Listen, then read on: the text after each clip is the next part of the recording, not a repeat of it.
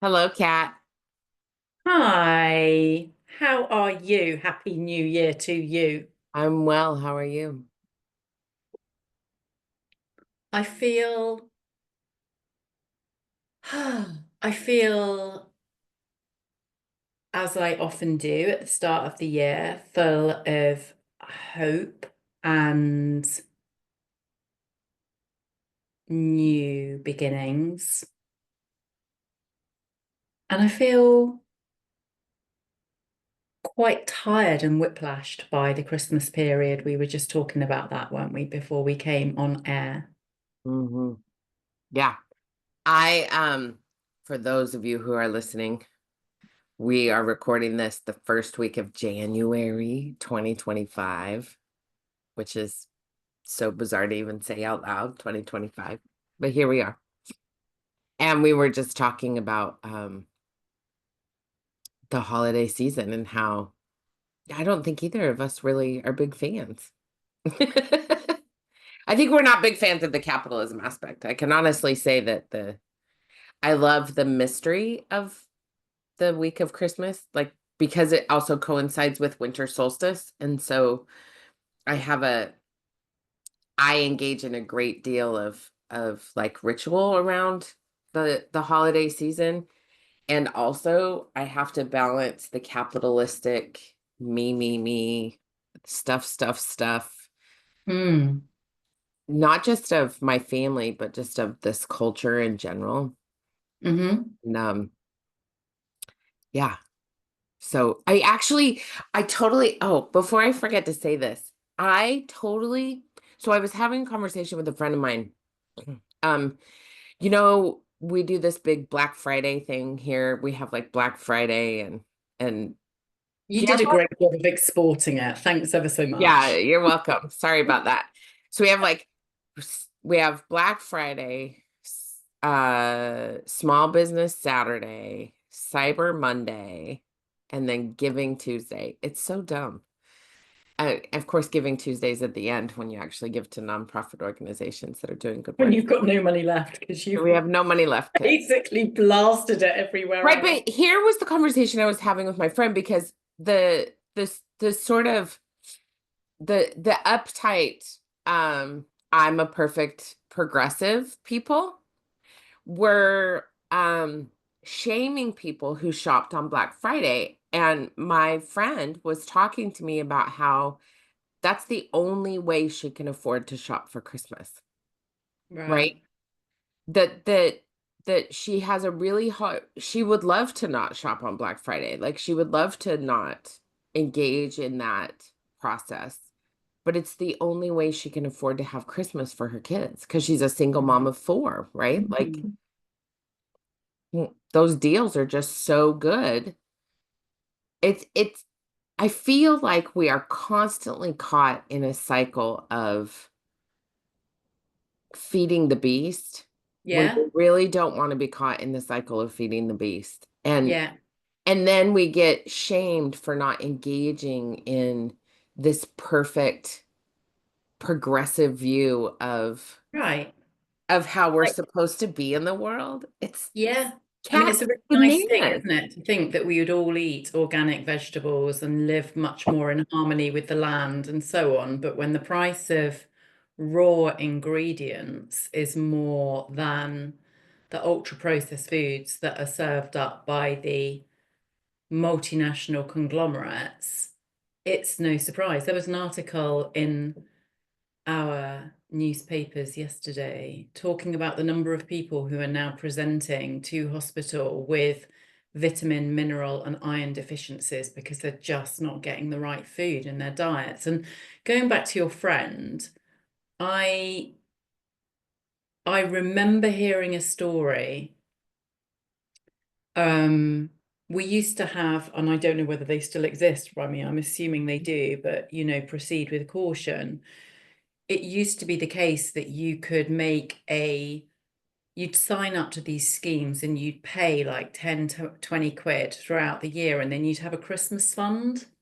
Mm-hmm. But of course, those Christmas funds, after the 2008 crash, all those people that had invested, a lot of them just went pop, and all of those people's savings, which are probably insignificant in the mass scheme of things, but to those households who thought they were doing the right thing were left with nothing. And I think one of my reflections on being a mum, and I feel very, very much for your friend, you don't want to engage with this capitalism. You don't want to. And yet, if you don't, your children are othered for not having the same stuff that their classmates have. And Yeah. it's horrible because you're forced into a situation where you are buying stuff, whatever it is, and you're looking at it and you're thinking, this is plastic, this is never going to decompose, this is going to be not even played with in 12 months' time. This is just the most complete toxically vile waste of money. And if I don't do this, and not least, just to add drama into that chaos, if you are unfortunate enough to have to be parenting your children with a disassociated other who uses money and gifting as a weapon, you are even more screwed. Oh, totally. So, for the people who are listening, our theme is perfection and capitalism. And you It's may be asking yourself, what does this have to do with love? But I think that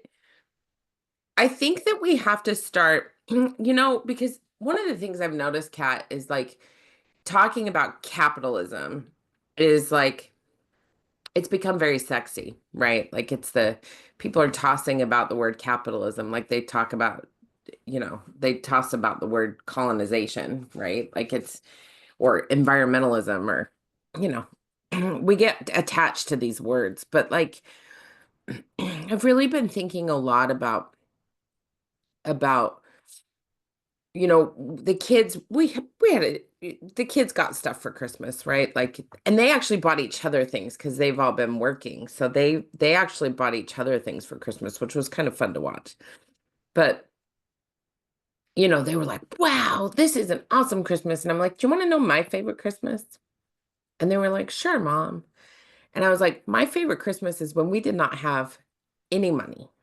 Like we had $0. And Jim and I went to the Goodwill and bought plastic fruit and spray painted it gold and made holes in it and put Christmas hooks in it that we got at the dollar store. And and basically those were our ornaments. Was we spray painted plastic fruit and put it on the tree. And we got the tree from his grandma because she didn't want the tree anymore. So it was like, and we used that tree forever. Like until it like literally died. Like it like bent and fell over. And it was like the electrical cords are fraying and it was like a danger. Right? Like, but we used that tree forever. And um that's my favorite Christmas. My favorite Christmas is the one where we had absolutely I had to like beg the grandparents to get presents. Like we had nothing. And there's something we for were and, me. and we were going up against a toxic, other parent who was trying to make it look like they had all the things. It was very fascinating. Anyway, go ahead.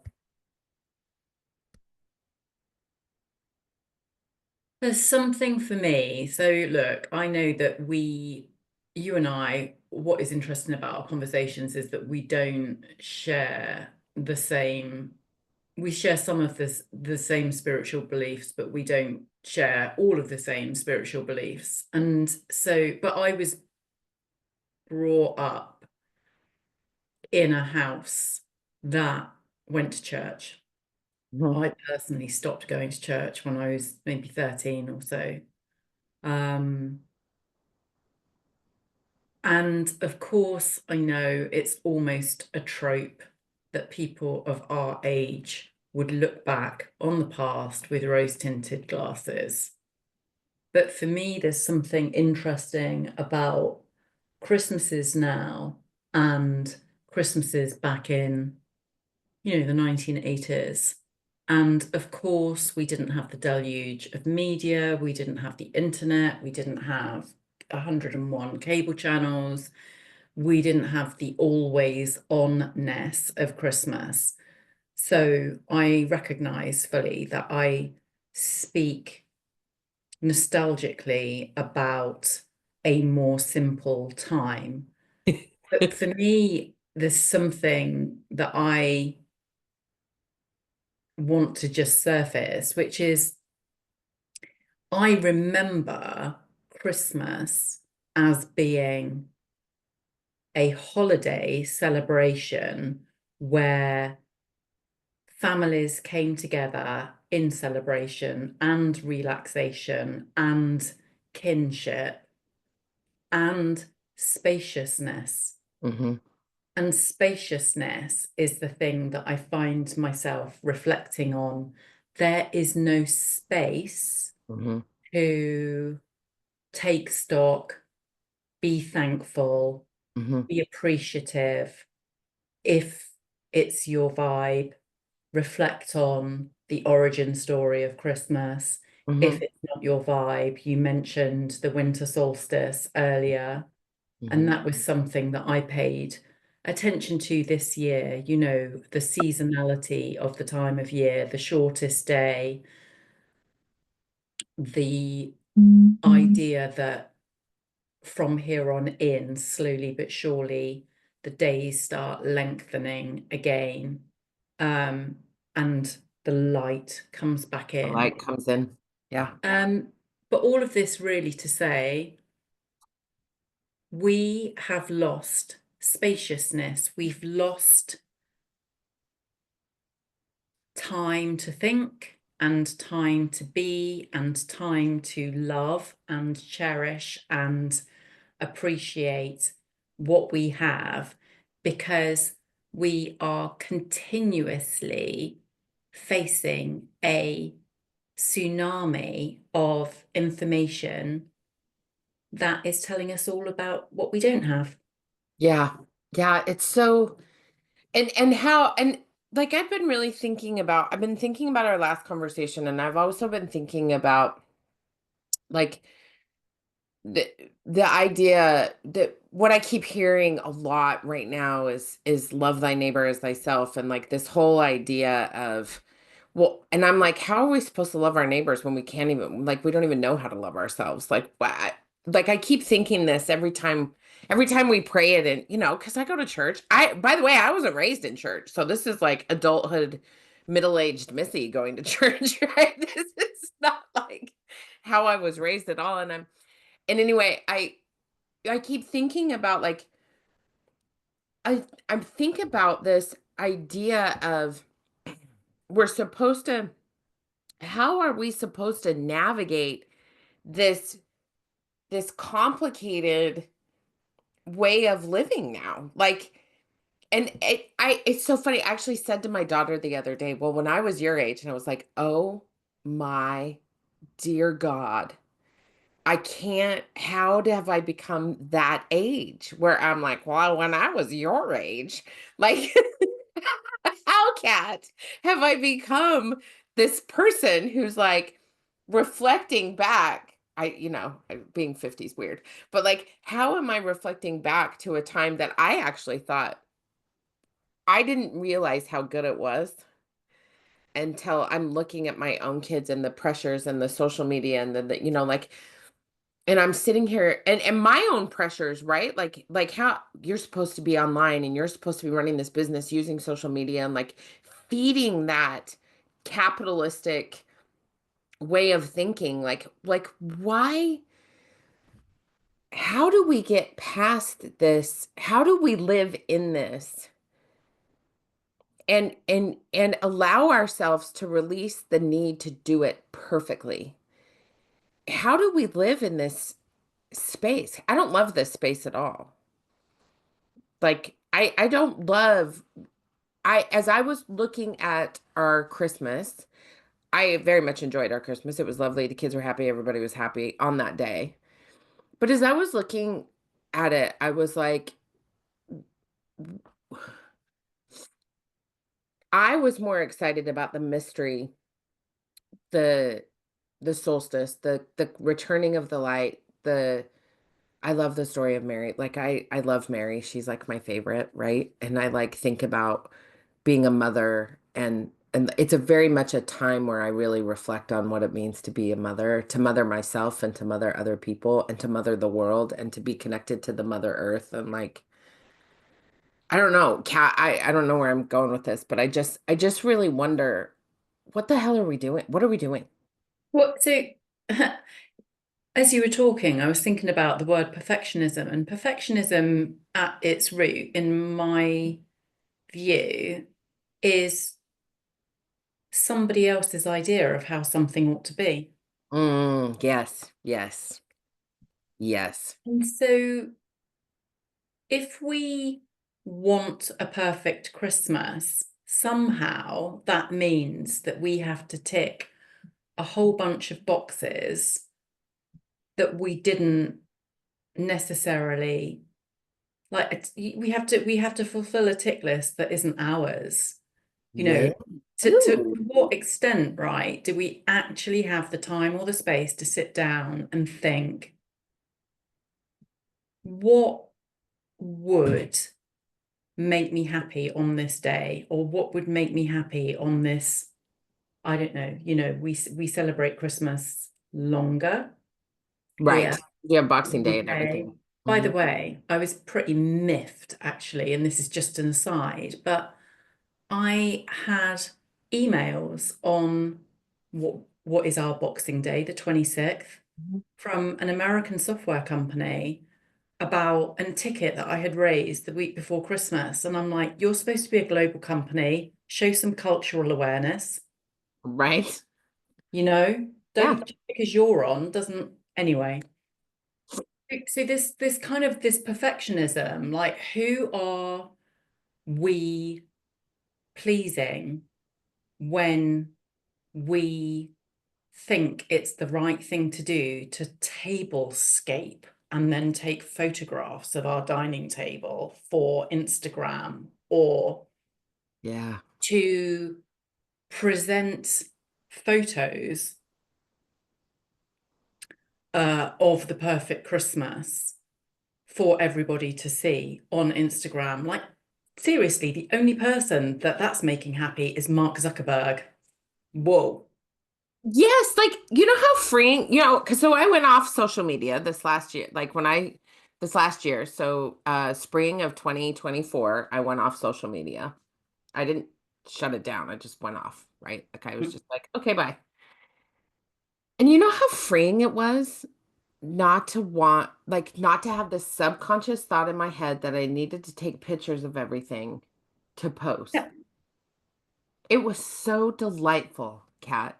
It was yeah, so lovely. Like I took some pictures so I would have pictures of my children at that time. Because here's the fun fact. Once your children get older, they don't want you to take their pictures anymore. So they right, used to pose and like be really excited about it when they are little. And now they're teenagers. They're like, don't take my picture, mom. And I'm like, it was so freeing, Kat.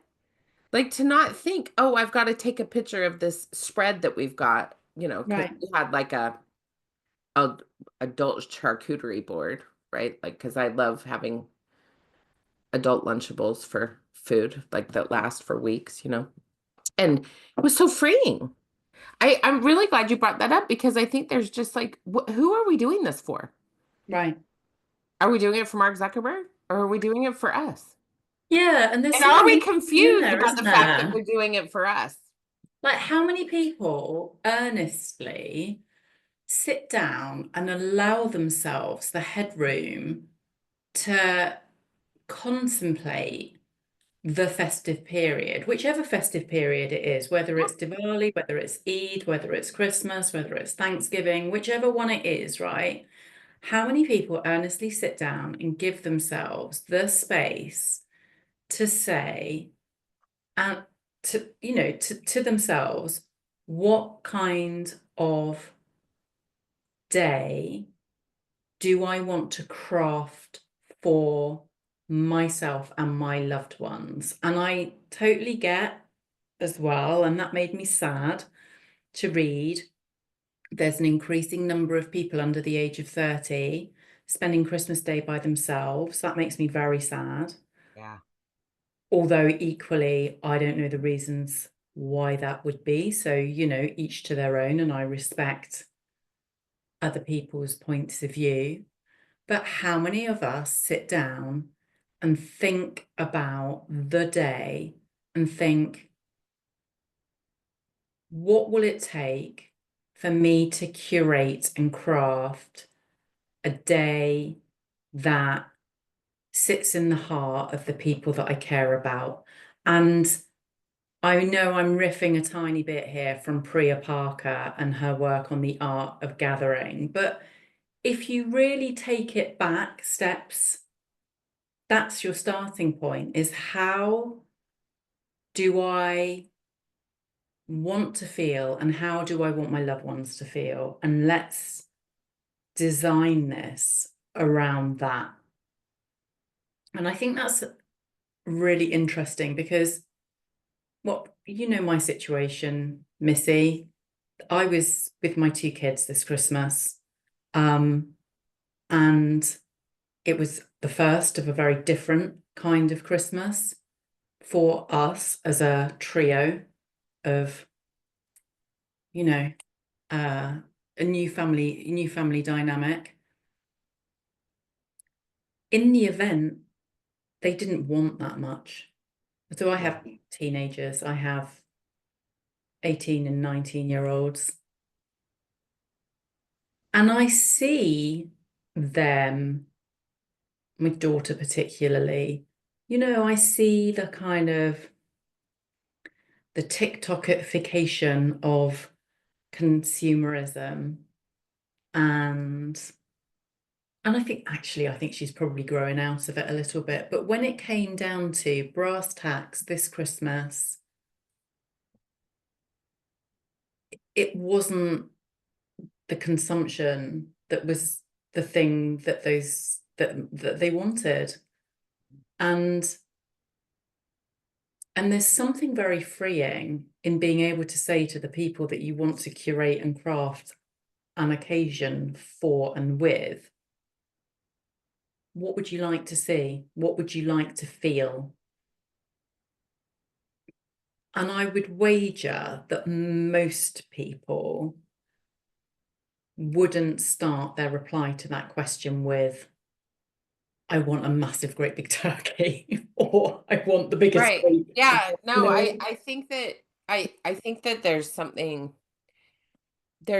about that the connective tissue that brings us all together, right? Like, and I think that I've been doing a lot of research about building community and looking at how do we help people move beyond the talking points and the rhetoric, particularly of the political landscape here in the United States, and how do we help people remember that we are connected as human beings, right? Like, how do we really start fostering conversations within our communities about what it means to be in community? And of course, the smallest example of community is a family, right? But then, like, how are we connecting and weaving? I've actually had a conversation with my husband about, as someone who comes from the LGBT community, right, as a bisexual person, we create our family, right? Oftentimes, there's so many of us who don't have family because we get rejected by our families, right? And so we create our own family within that community. And I said to my husband, my prayer for you is that someday you allow yourself to realize you've created a family and you don't need the one that hurts you sometimes. That it's okay for you to have this one that you've created with me Mm. and the kids and our friends, right? And and I think that we are at, particularly here in the United States, and I know you've got a lot going on in the UK too, but with Trump coming into the presidency and with just this weird, like we're doing this really interesting balancing act of, well, I don't know, and some people are really excited about this and some people are really terrified about this, and there's like so many of us are just kind of sitting here going, I wonder what's going to happen next. And the idea of being connected to each other's humanity, I think, is so critically important right now as we are looking forward to how do we move forward in this world that is ever changing at such a rapid pace. And I think it requires we let go of perfection. Like perfection doesn't exist anyway. Like it's not real. I say that Right. a lot. Like I've talked about that a lot, even on this podcast, right? Like perfection isn't real. It's a man-made construct. And Yeah, again, I love what you said especially, about it. I love what you said about it. Like it's somebody else's idea of how things should be. but it's also a really homogenous idea. Like to be perfect, you have to look like this, drive this car, live in this neighborhood, wear these clothes. It's homogeny. It's not, there's no sense of individuality in that. It doesn't, there's a lovely book that I read late last year called I, Human, presumably riffing off I, Robot, by an Argentinian business psychologist called Tomás Chamorro Premuzic. And one of the things that he points out about the advent of AI, so artificial intelligence, the root, and I'm sure there's going to be tech bros, if they're even listening, that will pull me up on this, but the root of, AI is algorithmic design, Right. algorithms being mathematical rules. And the point that he makes, which was like an aha moment for me, is algorithms don't like outliers. They need mass middle. They can't cope with outliers because if you think about what are those things you have to do in school, if this, then that, those kind of Yeah. The what's graphs. it Yeah. called? The trees where you Yeah. Yeah. do Yeah. go if yes, go here, if no, go here. Yeah. Well, if that is the root of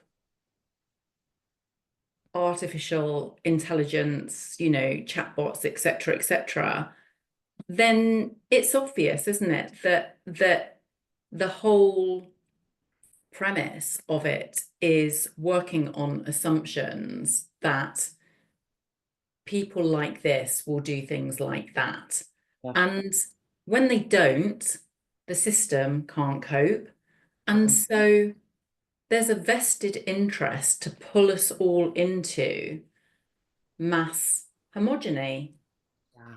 But in psychology, the thing that fascinates me most is the intersection between wanting to fit in and wanting to stand out, optimal distinctiveness.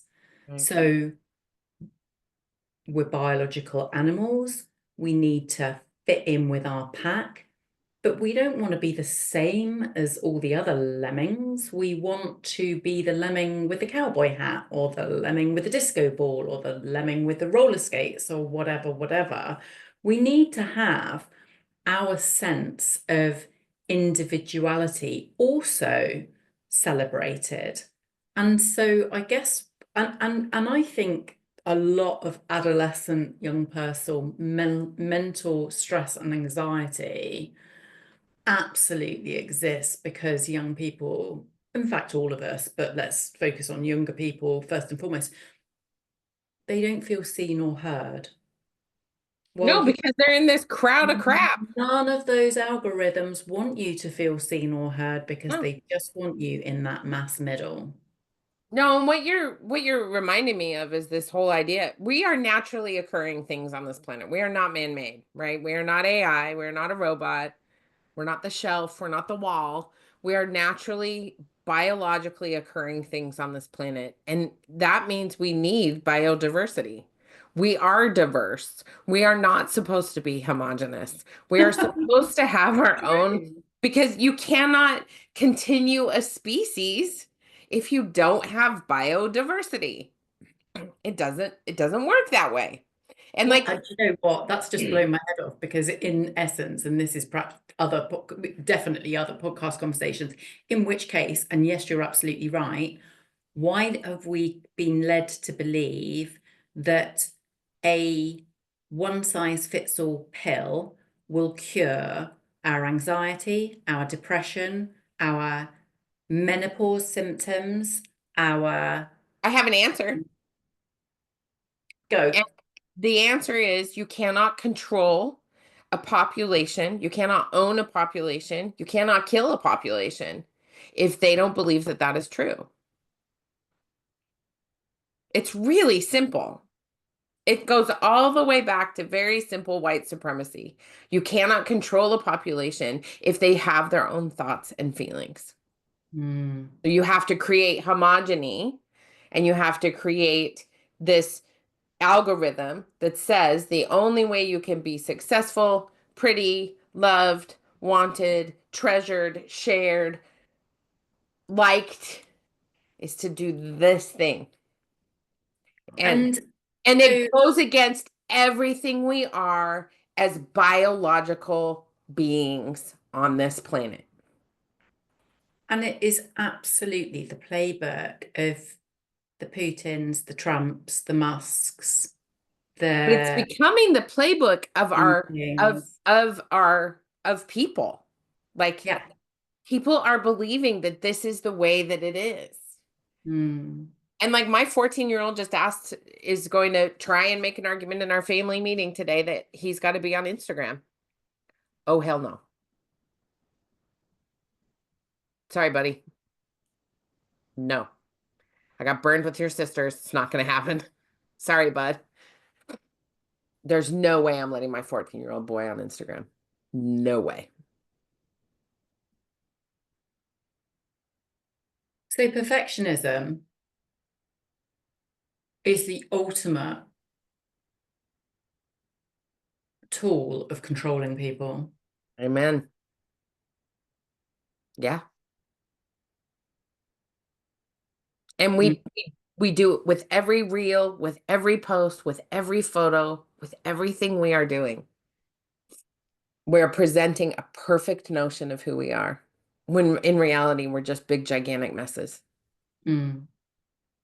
Because we're people. We're not meant to be perfect. We're like the trees and the birds and the clouds and the rivers and the streams and the mountain. We are literally, I say this, Cat, and like, when I'm speaking, when I'm doing public speaking, I tell people to put their hands together and hold them up and notice that one hand is bigger than the other hand. Like one ear is lopsided to the other ear. One hip is different. One foot is bigger than the other foot. Like, we don't even come together symmetrically in the womb when we are coming together. Like, perfection literally does not exist in biology. Mm. Because it can't, because you can't keep being an aspen tree if you are perfect. And in that naturally occurring thing is perfection. So what I would love is that anybody listening here just gives themselves permission to step away from the cult of perfectionism and also grants themselves the space to think about what it is that we are trying to achieve when we curate these experiences. And I'm just thinking this also extends to your summer vacation, your city breaks. It extends to everything. What is it that you are trying to achieve and who are you trying to do it for? Because bluntly, unless you are trying to make loving, connected experiences with your kinspeople, it's all pretty much a waste of time. You're not like a prawn ring from the local supermarket is not going to make your Christmas.